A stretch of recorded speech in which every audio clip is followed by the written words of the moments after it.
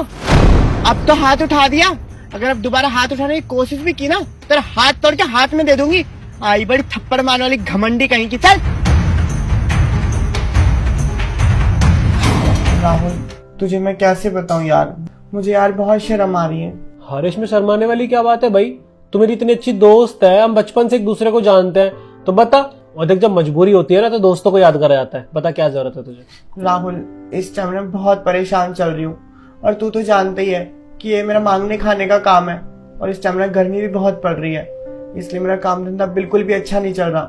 राहुल, मुझे 5,000 रुपए करवा देगा? अरे यार अक्षिता, बस इतनी सी बात, तेरे को 5,000 रुपए चाहिए थे और तू इतना सोच रही थी, तो ले लियो। तू तो ऐसे मांग रही जैसे किसी से उधार मांग रही हो।